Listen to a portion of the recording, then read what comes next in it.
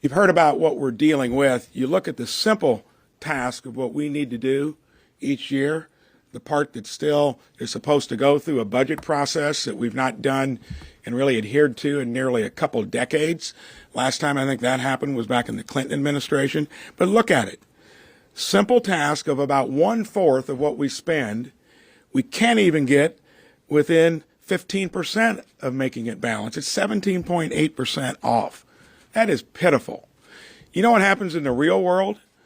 You go through Chapter 11. If you're a state that runs like this, you're going to have trouble borrowing money.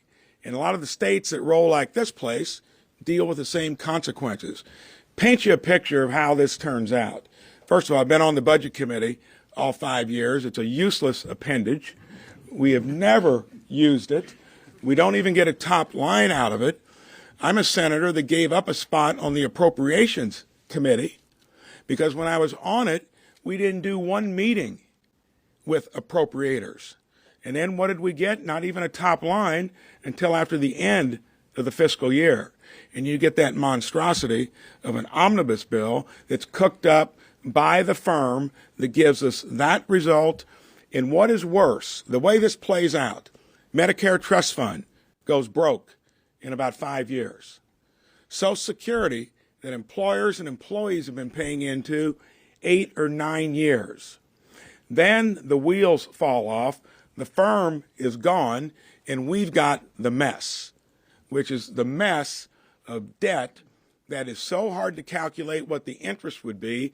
The only blueprint out there is our fearless leader, Biden, puts us $42 trillion in debt in 5 years, $52 trillion in debt in 10 years. Do the math on what 4 to 5% higher interest rates are going to be with that burden. Shameless to future generations that we put this burden on them.